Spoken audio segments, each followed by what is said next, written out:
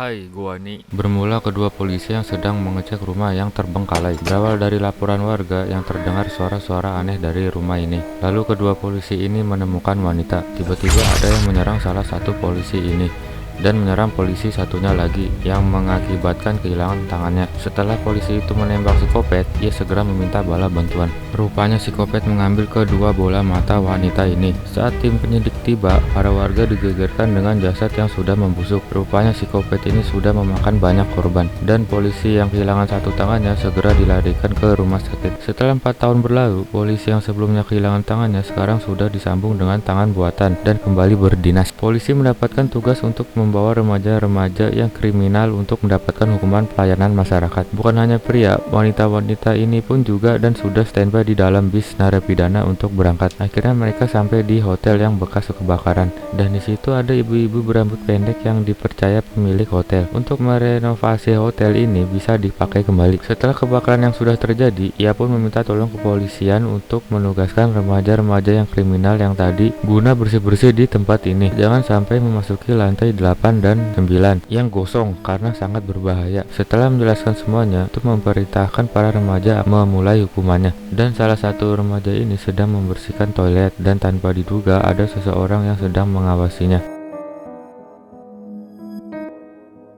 Remaja-remaja ini ingin berniat ke ruangan lantai atas karena tahu bahwa banyak berangkas yang terbengkalai dan berniat mencurinya. Seketika mereka bertemu jasad gembel, mereka malah mengecek harta si gembel tersebut. Dan seketika mereka panik saat mata si gembel tidak ada, dan mereka pun lari tapi terpisah. Salah satu dari mereka tertangkap sosok misterius. Ia ditarik kakinya sampai berdarah-darah.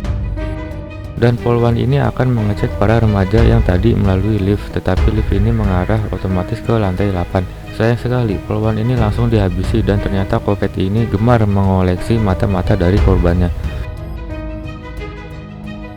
Di sisi lain, dua wanita ini ingin melarikan diri, akan tetapi dia akan pergi terlebih dahulu. Tapi sialnya dia malah terjatuh.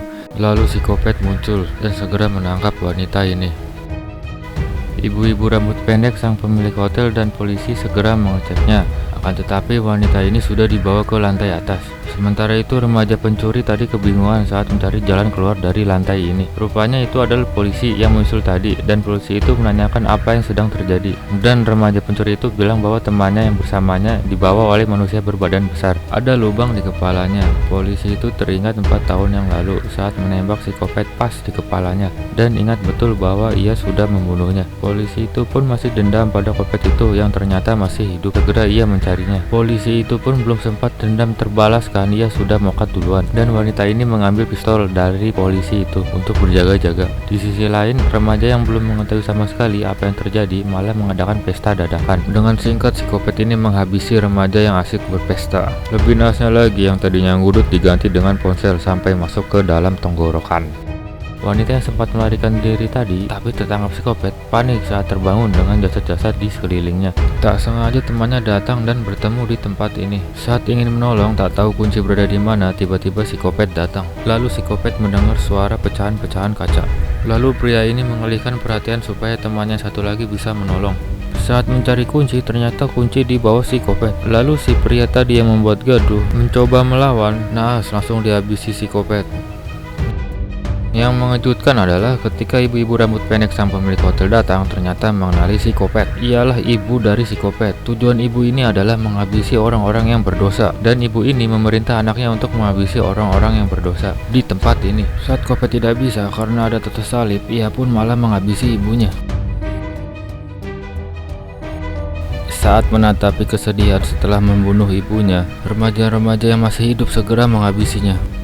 Dengan serangan bersama-sama, ia pun berhasil menjatuhkan psikopat ke bawah.